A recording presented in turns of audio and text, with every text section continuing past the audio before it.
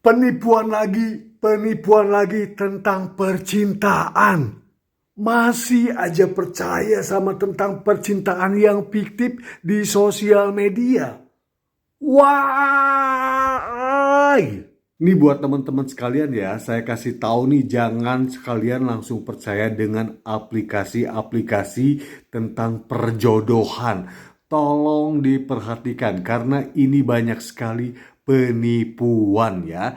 Hati-hati, ini dinamakan dengan scam ya. Jadi ada banyak aplikasi sekarang nih yang tentang untuk mencari jodoh atau teman ya.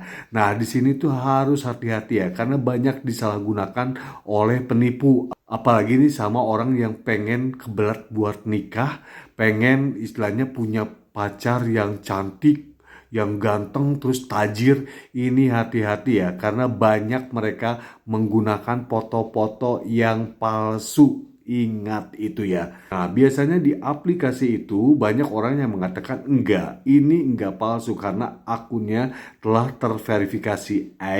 Sekarang canggih bro. Apapun itu bisa diakalin. Jadi sebenarnya itu adalah penipu. Ingat ya, itu adalah penipu dan hati-hati. Nah, apa biasanya dilancarkan? Nah, biasanya ketika misalnya pencari jodoh atau pencari teman itu match dengan seseorang, nah itu akan terhubung. Nah, itu biasanya akan tukeran nomor WhatsApp. Nah, ketika tukeran nomor WhatsApp itulah mereka ngobrol memperkenalkan diri. Saat memperkenalkan diri itulah biasanya si penipu ini selain berwajah cantik dan ganteng, biasanya ya mereka itu mengaku orang tajir, berpenghasilan ratusan juta, punya jabatan tinggi di perusahaan, atau bekerja di perminyakan di luar negeri. Ini hati-hati bro. Nah, ada ini modus baru. Jadi modus barunya itu adalah si orang itu pengen dia menikah, kemudian dia ngecek dulu nih gajinya berapa, nanya-nanya. Kemudian juga biasanya orang itu tidak boleh ya, tidak boleh si korban itu tidak boleh bergaul sama siapapun serta harus melaporkan dimanapun dia berada. Nah, ini biasanya mereka itu mengecek ya, si penipu ini mengecek orang ini bener nggak, nurut nggak sama dia, orang ini bisa nggak diperdaya atau misalkan kena jebakan tipu daya dia. Ketika orang ini nurut, nah itulah jebakannya di sana. Kadang satu lagi nih, biasanya kalau mereka video call, mereka itu biasanya tidak mau menampakkan muka. Tapi kalau sekarang yang makin canggihnya itu adalah mukanya itu bisa dibuat sama AI. Makanya hati-hati ya. Nah, setelah itu biasanya kadang mereka itu setelah telepon dilemparin lagi ya, dilemparin ke saudaranya atau misalkan ke temannya. Jadi mereka kalau mau menikah dengan saya, kamu harus hubungi si A, si B dulu ya, harus minta izin dulu. Si B ini biasanya pejabat, atau misalkan si B ini adalah kayak punya bekerja di luar negeri dengan gaji yang tinggi sehingga dia harus melihat dulu orangnya ya. Kemudian si cewek ini atau si cowok ini, si penipu ini biasanya mereka mengaku bahwa mereka ini adalah orang kaya yang berpenghasilan besar, punya banyak harta, punya mobil banyak. Hey bro, zaman gini orang kaya, cantik dan ganteng, ngapain dia main di aplikasi cari jodoh? Gak usah cari jodoh bro, yang gitu mah jodoh juga nyamperin sendiri ya. Itu kan secara logikanya ya. Nah, tapi karena ketertipu daya, akhirnya si orang itu menghubungi lah. Jadi setelah mereka intens gitu ya, setelah mereka intens ngobrol beberapa minggu, kadang bisa beberapa bulan, mereka selalu ngobrol dulu tuh sambil si cewek atau cowoknya penipu ini selalu melemparkan video-video orang loh, video-video tentang kemewahan orang atau tentang foto dan video yang sebenarnya itu bukan dia, itu adalah foto orang lain yang mereka upload gitu. Jadi uh, ja- jadi pokoknya video-video itu mereka upload di akun sosial media yang sering flexing. Jadi hati-hati ya, itu suka dicatut tuh sama penipu itu.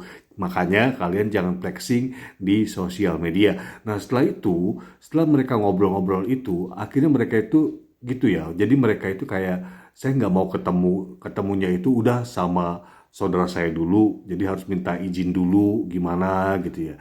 Terus mereka itu juga kadang ya itu tadi ya, Nah, setelah mereka minta izin, ngobrol-ngobrol lah, akhirnya dilemparin sama temennya. Nah, si temennya itu nanti dia yang akan menjebak. Nah, jebakan-jebakannya itu banyak banget ya. Bisa misalkan dia ngemodal dulu, misalkan inepen dulu di hotel, pengen ketemu, ada acara apa, pertemuan atau apa, itu dipertemukan dulu. Tapi nanti ujung-ujungnya si ceweknya itu misalkan langsung telepon si cowoknya, kalau misalkan dia pengen nikah tapi dengan mas kawin sebesar anu dan pengen kayak gini, tolong untuk ditransfer gitu-gitu. Jadi, nah kalau misalkan yang kebelet pengen nikah dan pengen dia itu kayak ada satu kebanggaan bahwa gue bisa nikah dengan dia, dengan orang kaya, tajir gitu. Akhirnya dia merelakannya. Kemudian merelakannya untuk mentransfer sejumlah uang karena dia percaya kalau dia itu telah dikenalkan sama saudaranya dan misalkan dikasih nginep lah di dikasih nginep gratis di hotel mana atau di villa mana gitu. Ujung-ujungnya nanti si cewek itu setelah mau diajak ketemuan di sana nolak. Karena intinya si cewek itu lagi keadaan sakit atau apa.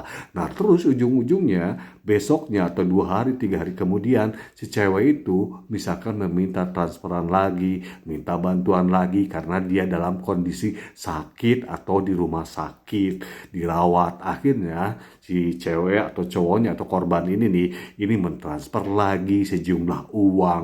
Terus-terusan seperti itu hingga akhirnya membengkak. Nah, orang yang mau menikah atau korban ini biasanya dia akan pinjam sana sini, pinjam ke teman sana sini, pinjam ke pinjol. Itu bahaya, bro. Mana mungkin orang yang kaya pinjam duit, apalagi duitnya 2 juta, 6 juta. Terus misalkan naik jadi 10 juta, 20 juta, ngapain? Orang kaya itu udah banyak duit, kalaupun sakit biasanya mereka ada asuransinya. Hey bro, berpikir nih secara logika ya. Nggak mungkin orang kaya main chat-chatan, nggak mungkin nggak mungkin orang kaya main aplikasi jodoh gituan. Bro, berpikir nih bro. Jadi jangan percaya dengan wajah cantik atau ganteng di aplikasi perjodohan. Jangan percaya, kecuali kalau dia mau bertemu langsung ya. Mau bertemu langsung, tapi bertemu langsung ini juga hati-hati. Karena biasanya dia dimanfaatin untuk minta traktiran di tempat mahal atau apapun itu. Intinya menguras duit kamu. Hati-hati ya. Nah, di sini kalau misalkan ada korban atau ada yang pernah mengalami, silahkan di komen ya. Seru loh pembahasannya tentang scam love.